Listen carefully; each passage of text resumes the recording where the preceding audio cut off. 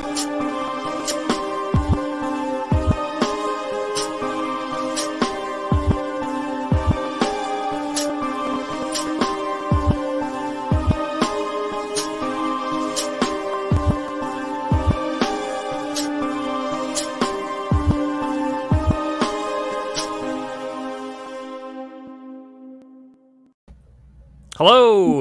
and welcome to the Check Drop. Today is Monday, the 27th of July. I have to keep saying that to remind myself what month we're in. And anyways, we have a very special guest in the Check Drop today. He's an old friend of mine, and I've been working with this fella for quite some time. I'll read over his some of his recent credits. He has 2 one-hour specials on Comedy Central. He actually just appeared on the last episode of Better Call Saul, which I want to talk to him about. He is a new regular on the Netflix show Space Force, and he is a correspondent on The Daily Show with Trevor Noah. Please welcome to the Check Drop, Roy Wood Jr. Yo, what's up, Roy? Man, what up? Happy Oh my God, my hair is horrible. Put that on, baby. Look at my quarantine look, Chuck. I like it, man. Shit, bro. Did you not look in the mirror before you came on? No, I didn't. It's been a hectic existence, to say the least. I did notice your hair, but I didn't want to say anything because I've seen terrible. I've seen Trevor's hair, it's and lopsided. It's like it's all over the place, bro. I mean, but I've seen Trevor's hair, and it doesn't look like he's doing anything to that. So I think that's part of the. You know what? You ever see people whose hair, even when they don't get it cut, it still look like their hair grows evenly? Yeah. Like my hair is just like all of this looks like 5 months. This looks like 3 months. The top looks like 1 month. It's a joke, man. It's like the mange. Well, I think for the first 2 or 3 months I was wearing a hat. So I finally, when I got to get my hair cut, I started taking care of myself a little bit. So so let's get into it, man. How are you doing? Okay. You had to think about it. Yeah, I think I'm ready. Yeah. So you're obviously you're busy. You're back in New York, right? Yeah. We're back in New York. I was in Birmingham about almost 2 months, and then the block started getting a little hot down there, and I was like, all right, maybe it's time for the family to drive back to New York City where it's safe. Which is crazy because when we left for Alabama was the safer place to be.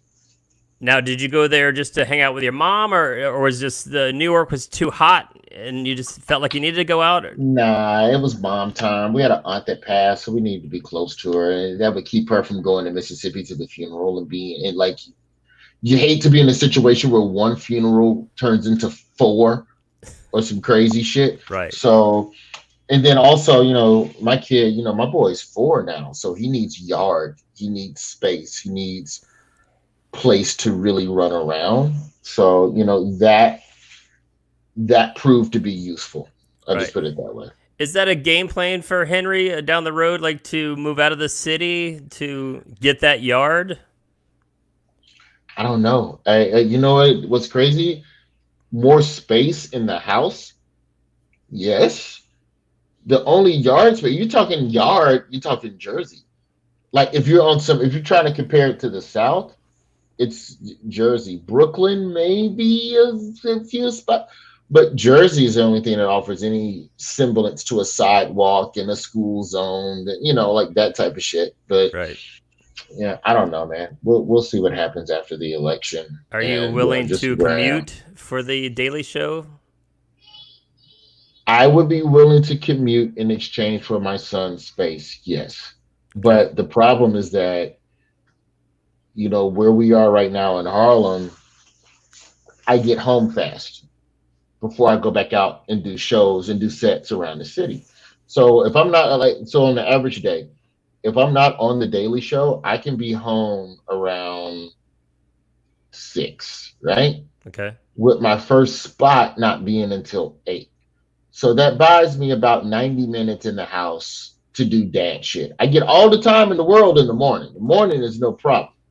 But if we move to Jersey, I can't, with only 2 hours of space, I can't go 45 minutes out to Jersey for 10 minutes of dad and then 45 minutes back in the city to start building the next hour special. So there's going to be nights where I'm going to have to choose. So I probably will have to give up some of the comedy if I move to Jersey in Gotcha. exchange for being home. And I mean, he's getting older, so there's going to be more. You know how boys get. They talk shit, and you need to be there when they Yep. start talking shit so that you can discourage them from talking shit. Got to keep them in So line. yeah, that's what. Yeah, drill sergeant. Yeah, the drill sergeant needs to be around. Well, I like your optimism, referring to your third hour special and doing stand up. Have you done anything Hopefully, live? ain't fucking with it. Ain't. I'm not going outside. I have my last, and I know this because I went through a bunch of my audio to listen to old sets just to remember what it was like to do stand up. Right. March 13th was the last time I formally touched a microphone, and I was in New York. My last road gig was February 29th in Pittsburgh. So the thing is that you need, creators need an outlet to express themselves. And I'm fortunate enough to still have the Daily Show and to still be able to try and write a sketch or a script or something to keep me busy. So I'm thankful, Right. right now. That's what I was going to And ask, like your creative outlet look. And because I had John Reap on last week, and he's like, I got to get out. I got to go out and tell jokes. And where I'm not canceling anything, I'll let them cancel me. That was his mindset. yeah, and I mean, and I'm not, and this isn't me critiquing any of the comics that are going out. It's just for me and where I feel best, it's to be able to just be close to home and take advantage of it and create all the other stuff that being on the road was kind of hindering me from being able to focus on right now. So I've been enjoying this time at home because it's given me an opportunity, to sell scripts and write stuff. And, so I'm chill with this for right now. I do know, unlike guys like Reek, I'm going to be disgustingly rusty when I get back out. Well, Like as it's not expected. even gonna be cool. It's gonna be bad, man. It's gonna Yeah. be bad. I did one or two Zoom shows early on in the quarantine, like in April. I just didn't like the feel of it for my style and for what I do. There's a lot of comedians that Zoom shit, like performing like right now in this box, Right. it's perfect for. For me, it just didn't. I didn't feel good about it. Even if the people enjoyed it, I didn't feel good. And I'm selfish, and this shit is all about me. I don't Well, care. you have to be comfortable in your position and have to like your job, right? You're in a position where if you don't like the scenario, you don't have to put yourself in that pocket, I guess. So, Correct, but you still create, you still do other stuff. By no means should any entertainer not take advantage of these opportunities of being, chill. Like you shouldn't just be chill if you can help it. right. But there's also guys that just need the mental release of getting on stage, and there's also comics that I know personally. This is perfect for their personality in terms of just taking a mental break from the rat race that is entertainment, especially in New York, where there's just more pressure to make it and to do it than there is in LA. Right. And financially, some people just have to do it. You have to pivot and make it work, whatever they can do especially with some of these guys that are on unemployment that runs out either last week or this week. I mean, it's Yeah, there's a lot of I worry unemployment, about them. and yeah, I think that the Feds just came out today. People can double check it, but I think they're cutting that 600 down to 200 a week, Right. that's a huge hit. That is a huge hit.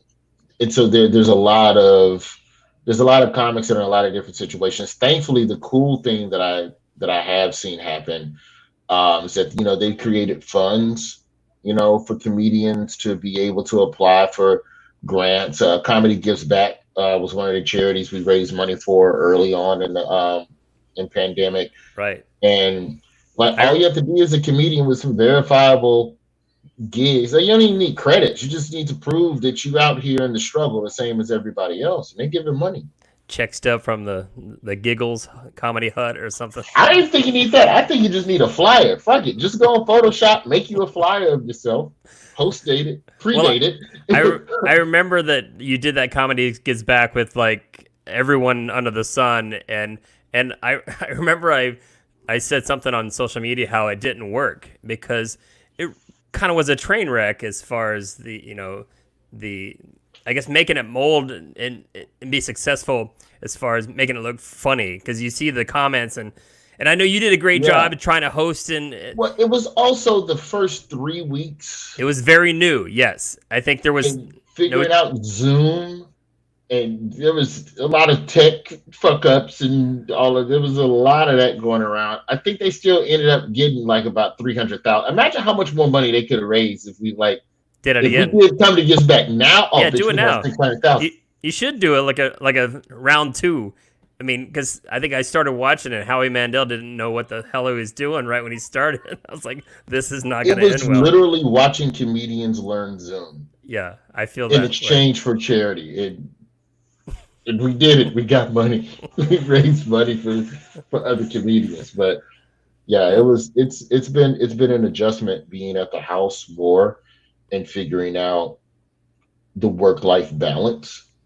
Yeah, Because you know me, I'll choose work in a heartbeat. But he's 4. He wants to write and learn and do stuff. So it's my job to be out there with him and play and interact and make sure he has some semblance of a childhood because yeah. Well, being a it's dad is your first odd. job now. Being a stand-up comic is second, I assume. Yeah, yeah. There's days where I feel like you have to choose them.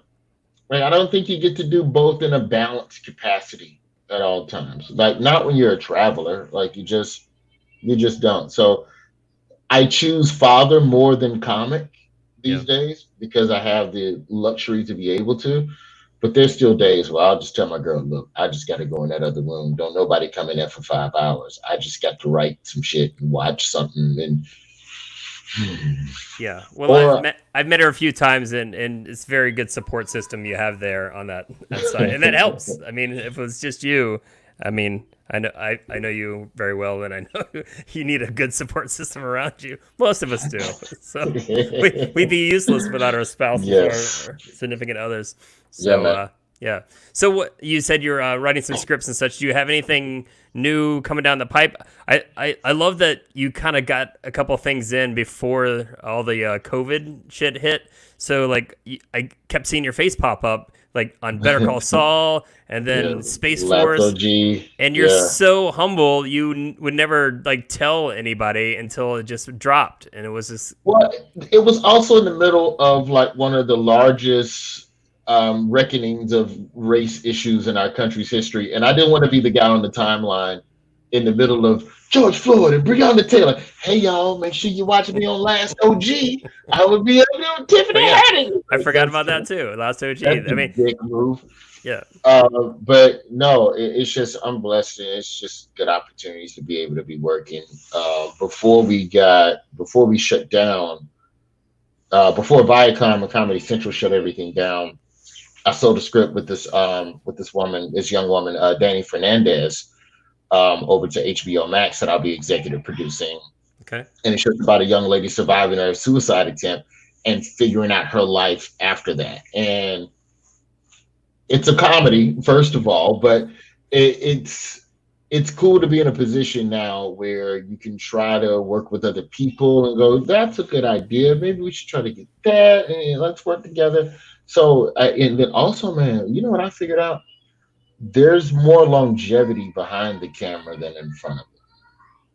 If you can yeah. create good ideas, there's always going to be a space for you beyond just being the person on camera. And like, Well, is that your um, long-term goal to maybe step back a bit and not perform as much in front and work on the back? no, I mean, I'm not gonna go full Judd Apatow and just like have a 20-year gap between my two stand-up specials. I think that was the gap for Judd. It was at least like 10 or 15 between Yeah, his last two TV appearances. Um, but I do enjoy just writing and creating stuff, well, even if it's not for me. You just have ideas, they pop in your head, and you go, oh, that's a good idea. Somebody would vibe with that. Let's see if there's a way to get that made. And so that's more of a way to help other young talent as well than just taking a feature act on the road with me. Like I think so when we did my probation officer sitcom for Comedy Central, the pilot, which is still in development. we're in a full rewrite and reworking it, and probably will have to shoot the pilot again. But what I discovered with that is that there are a lot more opportunities to be able to staff a show with people that deserve the experience and the opportunity. And you have more power of influence when you're creating. When you got 90 positions to fill and you can shoot this show in Birmingham and create jobs in the city and then make 2/3 of the hires in state, which is on some influence in the local economy. Like all of those things, like that doesn't happen unless I'm a creator and trying to sell an idea. And And I so knew you that did was that, and you're obviously a huge fan of where you're from, and you rep 205 wherever you go, and that's great. And now, was it a struggle with Comedy Central to do that, or did you get any friction at all and said, "Hey, I want to film in Birmingham, and I want this person, this person"? here's what made it easy. The city officials at the officials at the city and state level were very receptive to Viacom, and there fortunately have been enough that like Netflix shoots in Alabama all the time. The Walking Dead shoots a lot of the open field zombie shit. Not every scene in The Walking Dead, but there's a lot of parts of The Walking Dead where they're just in an open field. That's Alabama. They just cross over the state line, shoot the zombie shit, then go back in the other state to shoot all the dialogue and all the tight shots and stuff.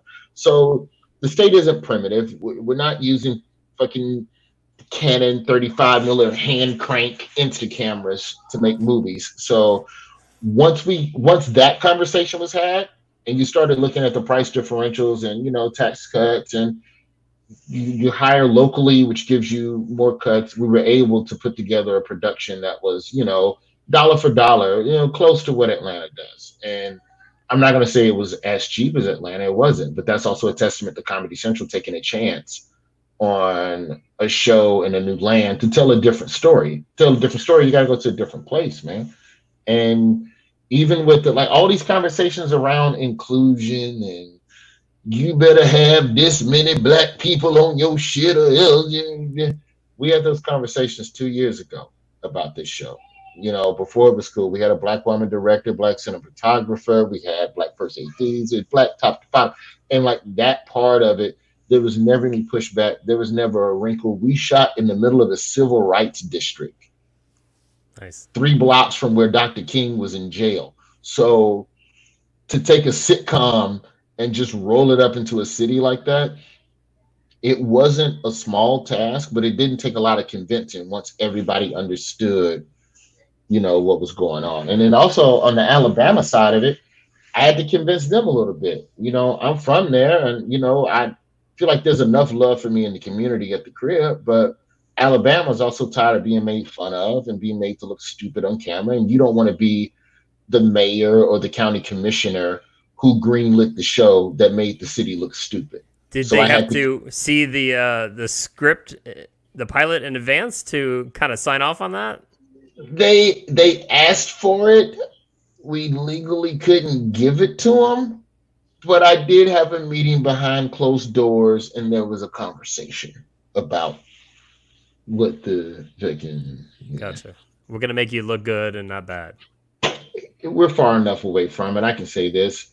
I went down to City Hall and I brought like 10, 15 pages of the script, and I just sat there while they read it on some Christopher Nolan. Like with Marvel movies, like if you audition for a Marvel movie, they bring you the script, you read it, and then they take it away. Like there's a dude. You're saying this to me like I get scripts to Marvel movies left and right. Sure, Roy. So, I audition all the time for Marvel movies. So exactly what you're meaning. So for really big movies where they're trying to keep the script under lock and they want an actor to see the script to see if they want to be a part of it, the script is hand delivered to that actor's home, and they sit and they read it in the presence of the script handler. And then it goes back in a briefcase like a fucking kilo of dope. And it's like handcuffed to his wrist. Bro, some shows, they don't even give you the full script. They just give you the pages where you got shit to do. That's what happened with Better Call Saul. Like, they keep that show so under wraps. When I auditioned for Better Call Saul, it was my pages. And when I got to set to shoot, you shoot your pages. Don't you worry about what the fuck Gus Fring doing. You don't need to know that. You a lawyer, and you talking to Kim Wexler, so go do some law shit. All right, let's get into this since you brought it up. So I knew that you were a huge Breaking Bad fan, and obviously I assume you would be a Better Call Saul fan as well. Now, did you actively go out and tell your people and say, I want to be a part of this? Or did they just know that you were a fan? And walk everybody listening through the process of you getting Better Call Saul. So they have all of the, and I only know this because of my sitcom. You have a role, and you have the people that you like, who you've seen around on television and stuff like that. And then you have the people who will audition in addition to that. And I've been on both sides of that. And so for Better Call Saul, I think me being on the Daily Show in a frumpy suit, and this is from one of the producers, I'm not going to name names, but they're like, sometimes on the Daily Show, you look like a public defender. Like you look like your tie is not really done. I can see that. Your suit's a little fruffled. And for a split second, I got offended, but then I was like, nah, he's right. And that's how I look. That's deliberate. Like, I want to look very bummy because, like, that's kind of the look I was going for on the Daily Show to a degree, because I kind of wanted to be like Lewis Black was my inspiration. I'll put it that way. So not a shitty suit, but just a loose tie, laid back, just I didn't skew. button this top, but that's how public defenders look after the freaking eight hours. Long day, Correct. So that was enough to get me on their radar, and so that got me the audition. And naturally, I couldn't fly out there, so you had to put it on tape and send it in, and hope for the best. But the thing about acting that's interesting is that there's so many people that audition for stuff that you just don't know if you're going to get it. Like, being on TV isn't a lock, for any of this stuff. It's the same thing with Space Force. That was oh my God, you want to talk about some super secret script shit. First off, did you know who else was auditioning for that spot on Better Call Saul, or did they not tell you that? They did not tell me that. I can tell you Space Force off the air. Okay. I cannot tell you Space Force on the air. But matter of fact, I'm going to text you in case the streaming service they're on doesn't shut off right away. But no, like, that one was like the Space Force audition. They didn't even tell me it was Space Force.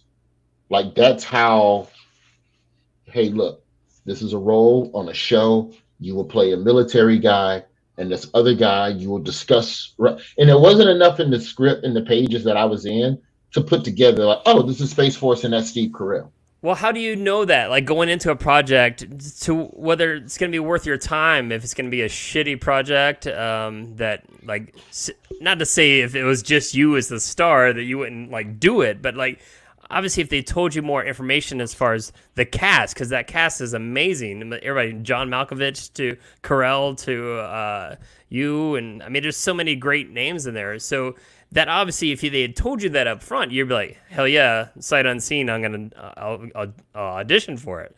But otherwise, Correct. I think it'd be a little bit of a tougher sell if you don't know more information. If it's high profile like that, you usually already know it's something you want to be a part of, even if you don't know what it is. It's kind of like the exclusive night. It's like the nightclubs with the secret door. Like, when you're in a club and you see someone go through a secret door in the side of the club, you go, oh, what's back there? That's what those auditions are basically like set up like. Did you know it was Netflix at the time too? Yeah, so I knew it was Netflix. I knew it was a comedy. I knew it was sitcom, whatever. And I go, okay, this could be good or bad. But if you book it, they have to tell you. And then you can just go, nah. And then it's on you to go figure out who the next person is that you want to cast, in the role. So that, and then that also, the other telltale is that you could book the role, then they negotiate your salary, and then based on whatever they've offered to pay you, whether or not the role is going to be about some shit or not. So that's also a thing. But for me, the offer came at a time, like, they give you also the tape windows. They go, all right, you're going to audition January 3rd for some shit that shoots January 20th. Was that the timeline for Space Force? No, I don't remember it, but Was it it in the was earlier spring than that. or the fall? We shot in the fall. We shot in the Okay. fall. Same with This is Better Call the Saul. I can't remember when that uh aired.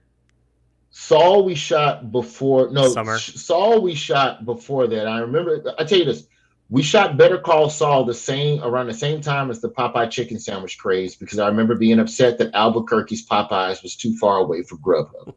Was that during your coalition videos? Correct, and that's why I remember it so vividly because when I was in Albuquerque shooting Saul, that's how I was able to buy all of those West Coast sandwich wrappers like Jack in the Box and all that I stuff. wondered how you got that if you had friends like overnighting you chicken from all over the country. No, it was just from traveling. I just saved wrappers. When I was in the Atlanta airport, I would literally go to anywhere in Atlanta airport that sold a chicken sandwich. I bought two, and those were for the people who don't know. I did a full YouTube series of chicken sandwiches. It was like The Wire, but for chicken. It was a bunch of chicken sandwiches plotting against the Popeye sandwich because It was Popeyes amazing. had the best dough. Yeah, just YouTube. They were like, cool. yeah, YouTube it. They're like 3-minute episodes a piece or so, and they were just amazing. It's kind of sort of still funny, but with no Popeye sandwich craze to drive the understanding of what's happening, it sits a little weird now, but it was good shit at the time. It was very funny. Yeah, and your editing skills, you could definitely tell that you're getting much better in your Yeah, you can see the yeah. you can see the growth. The from progression. episode 1. And I saw something the other day too on your Instagram, and I saw something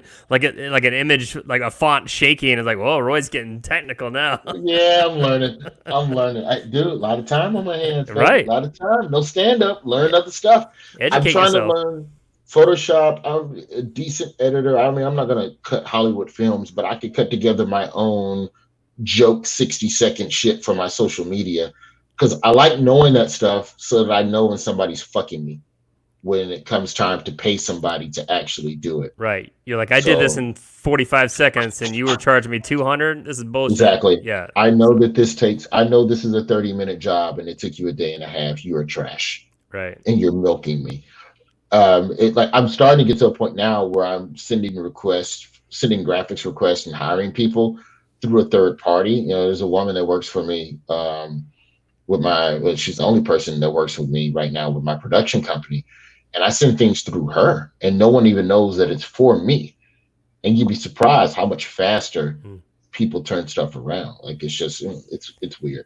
Well, have you heard of that Fiverr.com? They'll do stuff for like $5 or $10. Fiverr's good if you catch somebody, and if you catch someone that is either American or understands American sensibilities for humor. Fiverr is a very, very difficult site for me to get someone to edit something at the comedic pacing of the dialogue. Imagine if I sent the raws of the coalition to someone on Fiverr and was trying to get them to understand, okay, on this line, cut here, this line, cut here. Right. You wouldn't even be able to do that with another American without it taking forever. So it's just some stuff right now I just want to be able to do myself and learn. No, that makes sense. I'm the same way. Fiverr's great though. Find a problem, fix it, do it yourself. Yeah, it just depends on what you need. Like that's the bigger issue with Fiverr because the good people that are on Fiverr, this is the other thing. The people that are good on Fiverr, they're booked, so their turn time is trash. So it's Monday. I need this joke about it. I give you a perfect example. So this morning, there's the baseball shit, right? So the COVID, the Marlins are done for a couple of days. They canceled the Yankees game because of COVID, and now there's murmurs that the season will be canceled. Well, that was inevitable, right? I mean, we knew something would pop up, and someone was going to catch the shit. And now the question is, what you going to do about it? So that news broke at about 8:00 this morning. The conversation around canceling the season was probably about 9:30, based on people I follow on Twitter. So I started thinking to myself, well, if they canceled the season today, how funny would it be to have a Chicago Cubs NL Central Champs 2020 graphic up and ready to go the moment that the season is canceled? And that's a joke that's only funny today if the season gets canceled, right? Right. Do you pay somebody to do that on a 3-hour turn and then the joke not even be usable? Or do you just do it yourself and you between Afterwards, I'm going to Worksheet send you a level. $3 app that I use to do all my graphics. It's amazing. Send away, send away. Send You it. know, it's Seriously. just. I don't know. I enjoy it, man. I know I'm probably a bit of a control freak. A lot of that comes from not being able to afford to pay people to do stuff for so long that I'm just used to doing it myself. And that's probably a bigger career flaw in mine is that I suck at delegating. Suck at it, man. Well, it'll save you some money Like in the long run. So. we're getting there. All right, so going back to Space Force. Now, I don't know if you care about, I guess, reviews like on your own stand up and such. What about reviews on like Space Force? Because the reviews aren't kind. Yeah, they're mixed. They're very mixed. Probably more bad than good. What can I do? I showed up. I did my lines. I did my part. I'm part of an ensemble. The way I put it, a sitcom is football. Stand-up comedy is tennis. You know, if I fail at comedy, that's on me. That's my fault. You didn't like me or my point of view. Whereas a show works as a whole. You're also telling a story. So until they say Roy Wood Jr. sucked as an actor in that scene, it's not much that I can do other than just show up. It was there was a lot of that with Sullivan and Son on TBS, our first season. Like people wrote us off as just a sophomore show, and oh, it's just fart and beer jokes and we went 3 seasons. We were supposed to go 4, but the dude who greenlit us left the company, and therefore the new guy canceled us. That's a separate conversation.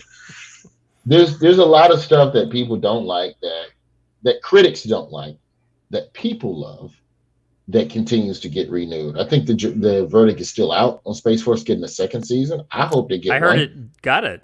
Did you not hear that? No, I have not heard that. It's quarantine, Chuck. We've been in a bubble. All right, you would think you'd have a Okay. Google alert on yourself for that, Well, but then let me I check heard that right now. I heard that I think a week ago that season 2 was picked up. So congrats. I'm delivering the Um, message for you. I'm yeah, pretty July positive. 18th. Yeah, no wonder. It was a week ago. No wonder. You It's a you good only show. read Yeah. you only read your Take that, news a critics. week late. Take that, critics. Fuck you. But you know why? Because half the critics hated it, so they didn't want to give no love and write a fucking review or write a news story that goes, guess what? It's back. Because y'all are haters. Yeah. So congrats, Netflix you're has coming back. reportedly renewed Space Force for season 2 after the show's successful premiere back in May.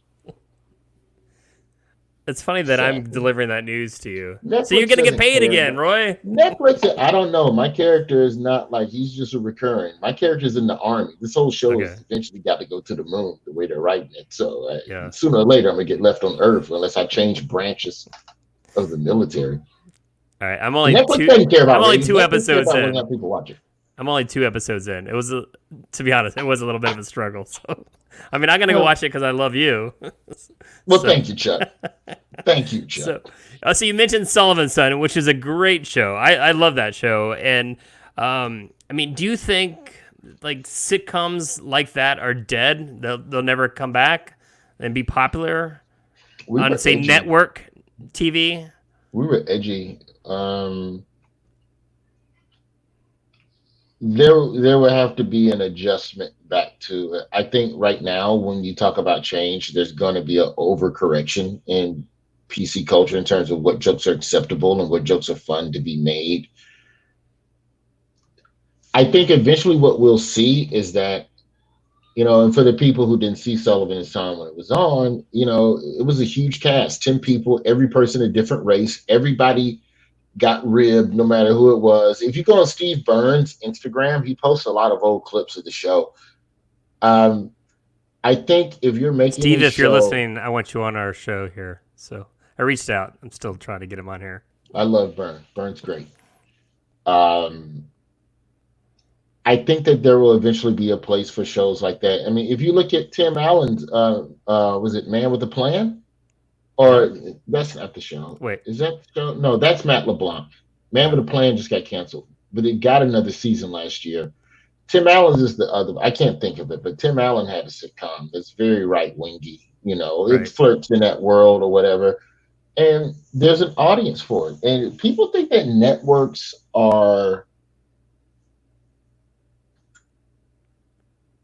civil dying? rights groups. Oh, No, they are kind of. Please reconnect your cable. Stop with all the streaming. Um, we mistake television networks for social activism organizations, and they're not. They're corporations. They want to make money. If somebody wants to watch this shit, we're gonna put it on TV.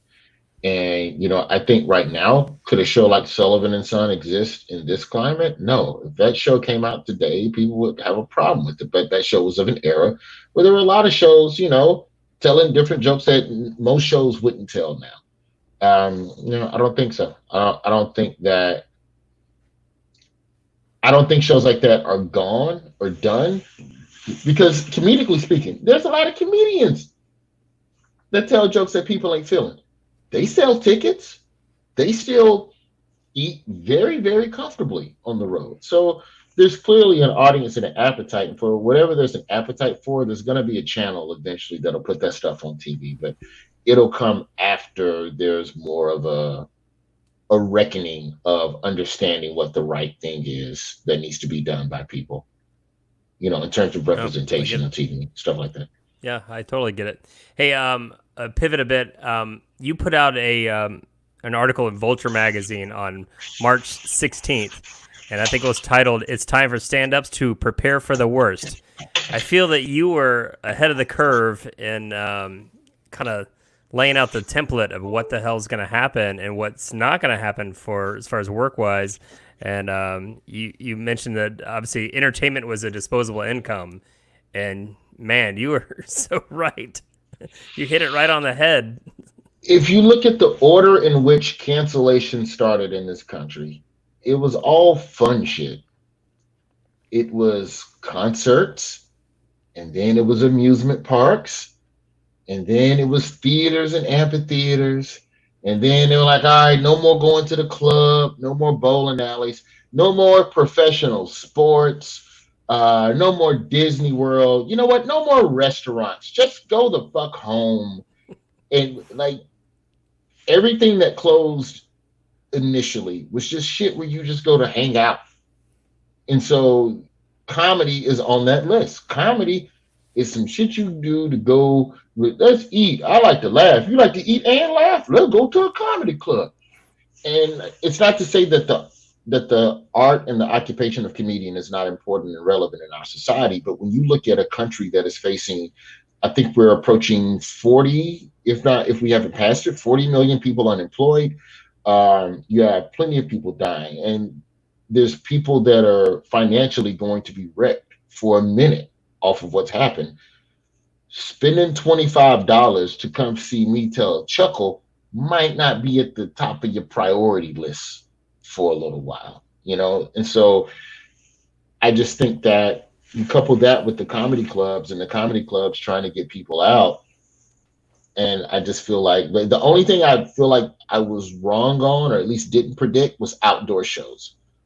I totally forgot about outdoors and Chappelle in a park, Burt Kreischer's doing drive-in shows. There's a couple of outdoor shows in New York, but they're more showcase shows where, multiple comics are doing the show. Those are free. But as far as the business model of live performance surviving, I just think eventually what you're going to see is performers are performing in bigger venues, coming back to the smaller venues. And the lower you are on the comedy totem pole, the more you need to be thinking about how you're going to create stage time for yourself, because it's going to be that much more competitive. If there's no concert, if there's no arenas and no theaters and amphitheaters for those more major comics to perform, they're coming back to the clubs. Right. There's a Vegas act. But it's also going to make it harder for everybody else down the bottom of the totem pole to get work in that market. Of course. Right. So, bitch, you better start thinking about what the fuck you going to do. So, and that's all the article was. It's just, I wish you would really tell us what you feel, Roy.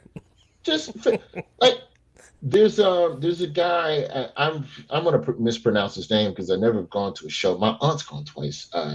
Terry Fader. Is it Fator or Fader? Fader. Terry Fader. Ventriloquist. Legendary. Vegas. 10, 20 years. First winner of America's Got Talent, or maybe the second, or something like that. Okay, so he has a Vegas residency, if I'm not Hmm. mistaken. He does. He's performing on the road. You Is can't compete with that. You can't compete with Terry Fader, bitch. So what you gonna do? Because that's one less week of work for everybody else. he better You pull know out some why? puppets? You know why? Because Terry Fader sells tickets, motherfucker, which means the comedy club survives. And all the comedy club should be concerned with is booking people who sell tickets.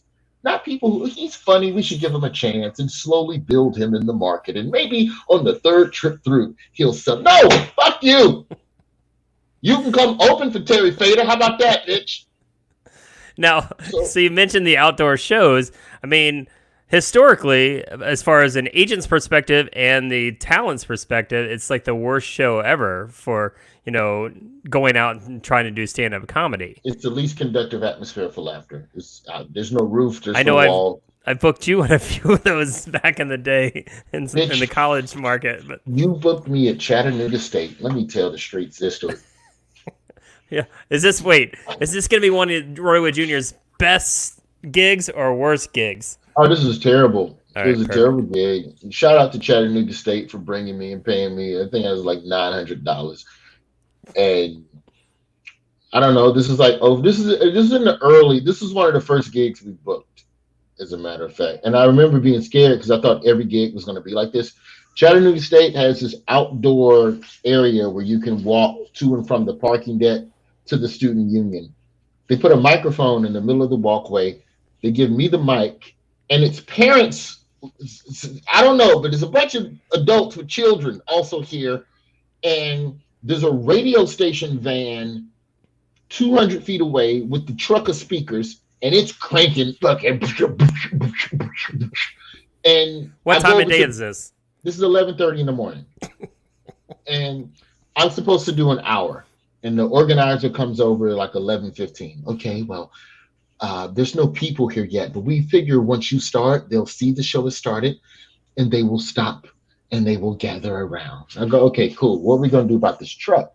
And he goes, well, I'm not going to tell them to turn their music down. Okay, cool. Well, I'll go tell them.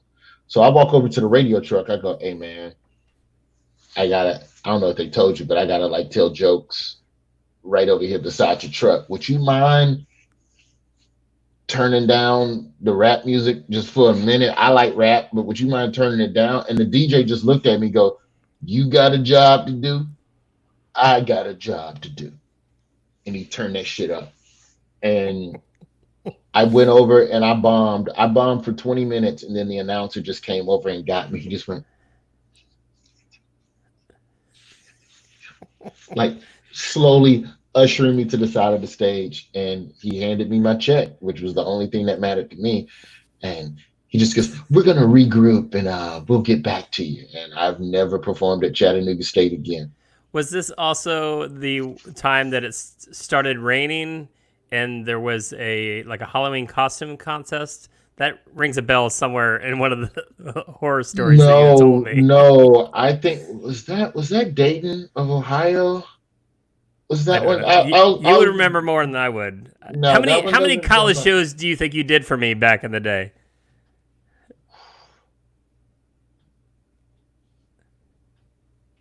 800 maybe. I'm trying to do the math because I had a couple stretches where I did 70 to 80 shows in a year. There was one year where we peaked around 95 to 100. And I feel like if I averaged 50 or 60 shows a year over a good 10-year stretch, we're probably at 700 if you count some of the peak years. Yeah. And then I've caught enough stragglers. I'm going '05 to 2015. That was the peak run. And then 2015 to 2020, you catch a few here and there. I'm definitely under 1,000, but I'm way past 500 Yeah. for Wow. sure. Yeah, I remember some of those gigs you would tell me. So many Uh, I've done so much so that I've met children who I performed for in '05 who like have full careers now. And yeah, I remember you came to our student union at Iowa State 2000. Anyway, I got two babies on the way. How you been? I'm like, God, I'm old. yeah. We're all getting old, man. Yeah.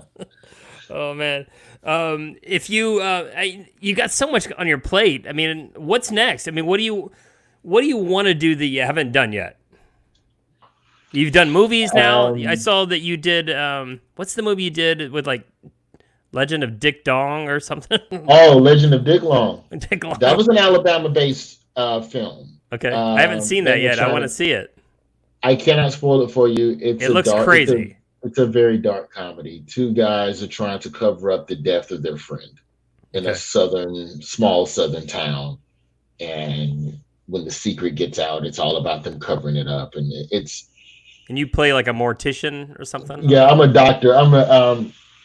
What's the guy after you die? Who's the first dude you go to when they Mortician? check out the? No, that's Oh, the the funeral corner. home. The corner. Yeah, yeah, that's Yeah, what yeah, he goes. got Yeah, it. I play the corner. Got it. Um, there's I really would love to figure out a way to bring more film and television to the state of Alabama. So I want to try and use the projects that I'm doing to do just that. I have an animated project in the mix over at Comedy Central that we're working on. Uh, there's a few there's a few scripted projects and film projects that the ink's not dry on them yet, so I can't speak to them. But that stuff is moving. But for me, man, content creation and getting back on stage. I still love stand up. That's the bread and butter. And comedy is the only thing I trust because that's the only thing they can't take from me. All the greats died with dates on the books. And True. God willing, I hope to be able to say that. I hope that the same can be said about me when my time comes, because I don't ever want to abandon stand up. So, It, so retirement is not part of your game plan ever.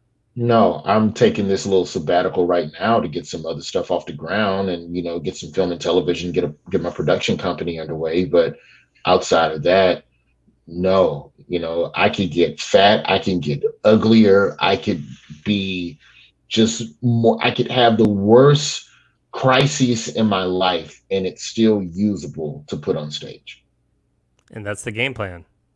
Yeah, I I remember you mean, saying that. I can't remember the comedian you used to quote all the time. It might be Chris Rock, but you said everything I do is to yeah, help promote and sell tickets down the road. yeah. Everything I do is to get people to come see me live.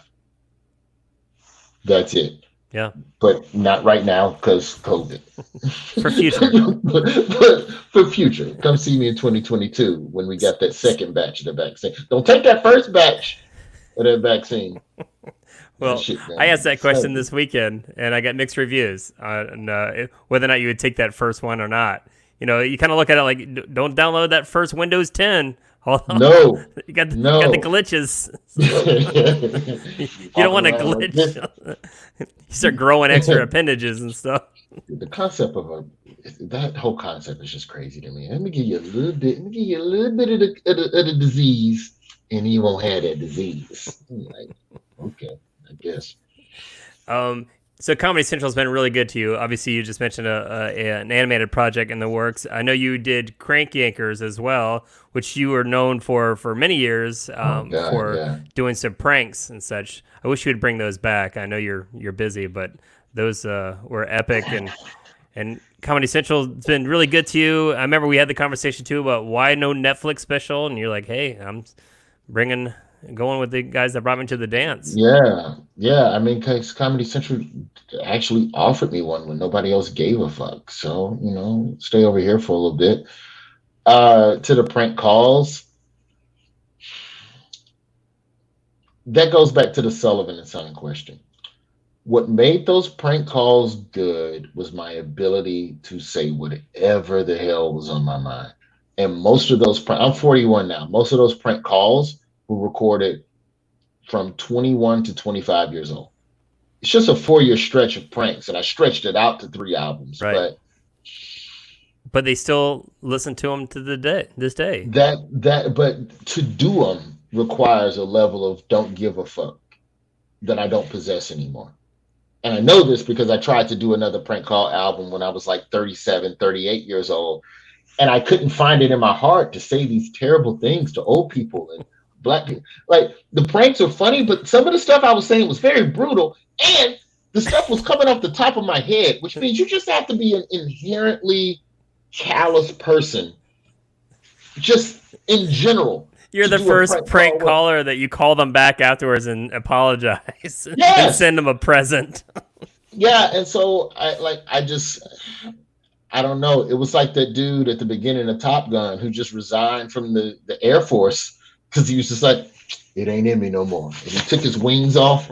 And Right. I've tried to do prank phone calls. It's just not in me anymore. And I know that legally Comedy Central can't use any of the pranks I did because of state laws. And also they're technically property of the radio station where they were done. So it's just too much legal mumbo jumbo. It was cool to do Crank Yankers. Finally, did I tell you how when I found out I was opening for Bobcat Goldthwait in No. the first years of Crank Yankers, I guess '07, '08 ish or something. I was Okay. opening for Bobcat and I took my print call CDs with me to the club to sell. And then I gave him 3 that night to go listen to with the expectation he would listen to them and Right. come back to the comedy club the next night and go, oh my God, motherfucker, you got to meet Jimmy Kimmel. Didn't happen. And Was this then Bobcat like when he was still doing the voice and such, or is this when he pivoted?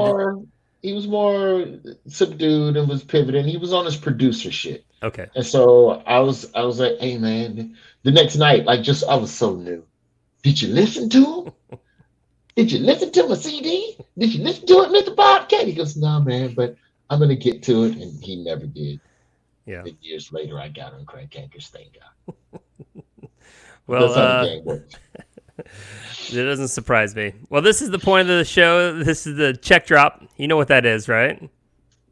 Yeah, that's where I bomb for 5 or 6 minutes while people do drunk math in the club. So basically, how would you close out this podcast? Is where I kind of leave it up to you and as the guest. So if we were wrapping this up and everybody was kind of just listening and tailing off. You know what? I would tell everybody to love themselves and make sure you check on your people. Check on, oh yeah, for real, on some serious shit. Check on your friends. Make sure they straight because this thing has a lot of people rattled in ways that you wouldn't know unless you call to check on them. So there we go. We'll leave on a nice little mental health PSA. I like it, man. Well, Roy, thanks for visiting the check drop. If you need a comedian out there, you know where to go, summitcomedy.com. Tell him, Roy. Terry Fader, let me open for you, please. You sell tickets. Get at All me, right. Terry Fader. Roy, hang around. And for the rest of you, we'll see you next week. All right. Later.